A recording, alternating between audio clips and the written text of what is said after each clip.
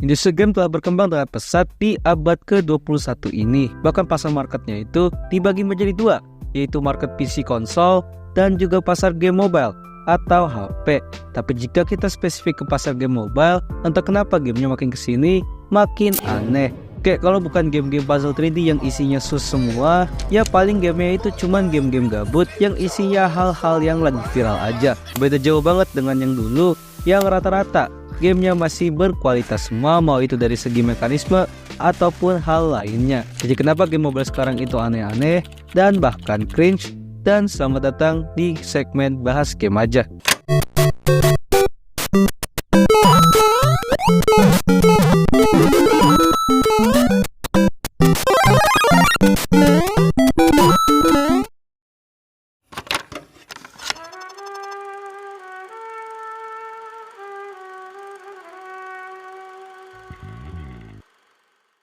Balik dulu ke masa kejayaan industri mobile gaming, di mana tepatnya pada tahun 1997, yang mana merupakan tahun di mana HP smartphone Nokia sedang populer. Game Snake menjadi game yang menjadi rajanya game HP pada masa itu, karena fitur game ini tersedia ke 400 juta HP Nokia yang diproduksi pada saat itu.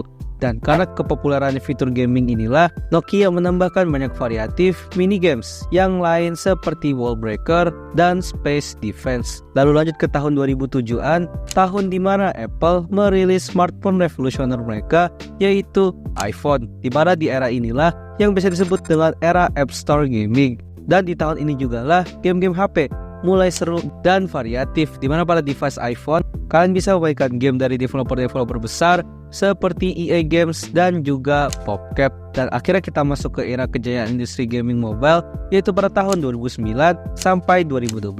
Dan pada tahun inilah Angry Birds menjadi game yang sangat mendorong evolusi mobile gaming, karena telah menjadi game pertama yang memunculkan transisi dari game premium menjadi game free to play atau gratis.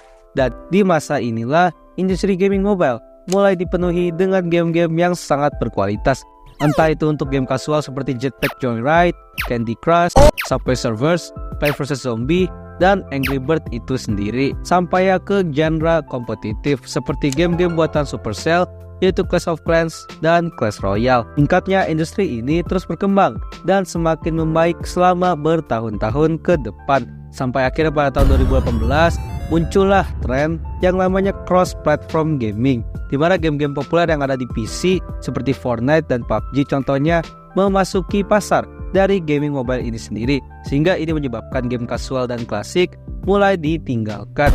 Dan game online kompetitif inilah yang menjadi raja dari industri ini di masa sekarang. Dan ngomongin ke era industri gaming mobile sekarang, di mana industri gamenya malah terkesan mengalami kemunduran.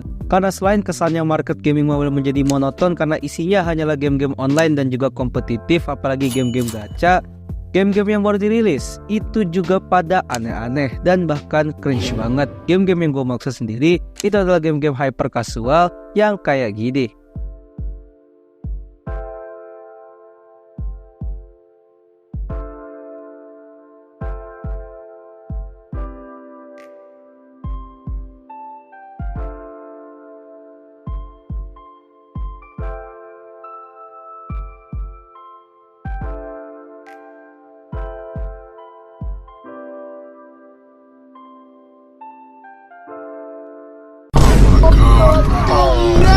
Dan game-game tadi pasti selalu mencapai kolom trending di App Store ataupun Play Store.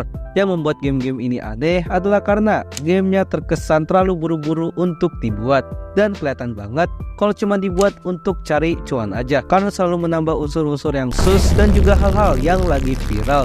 Udah gitu ketika kalian mainkan gamenya, iklannya berjibun banget.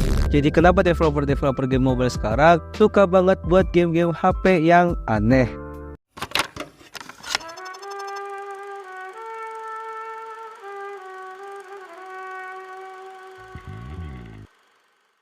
Jadi apa sebenarnya yang membuat industri game-game mobile ini menjadi aneh dan rusak? Sebenarnya bukan karena salah gamenya, tapi developernya yang tidak mementingkan lagi yang namanya komunitas playernya dan esensi dari game itu sendiri. Yang mereka pentingkan hanyalah penghasilan, uang, keuntungan, dan cuan lagi. Dimana gue udah sering banget sebut bahwa pendapatan dari industri gaming mobile itu jauh-jauh lebih besar ketimbang industri game-game AAA untuk PC dan konsol.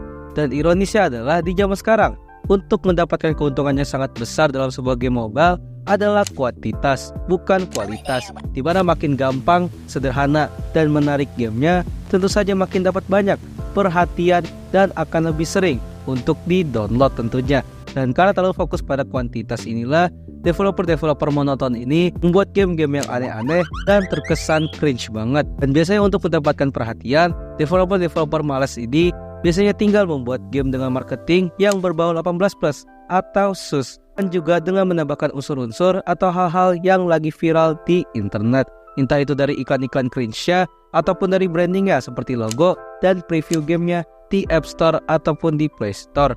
Dan tentu saja dengan marketing-marketing yang clickbait itulah, bocah-bocah baru puber atau khalayak umum pun pasti malah penasaran sama gamenya. Padahal akhirnya game yang mereka download hanyalah sebuah game hyper casual yang repetitif parah dan dengan sistem microtransaction dan iklan yang sangat banyaknya bukan main. Intinya dari semua pernyataan tadi, industri gaming mobile telah jauh dari yang katanya berkualitas. Era sekarang semua developer game hanya memikirkan perputaran uang pada gamenya ketimbang membuat player-playernya menjadi komunitas yang solid.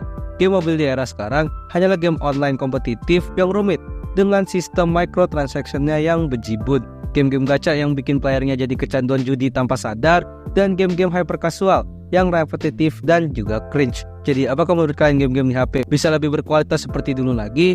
Silahkan kasih pendapat kalian di kolom komen.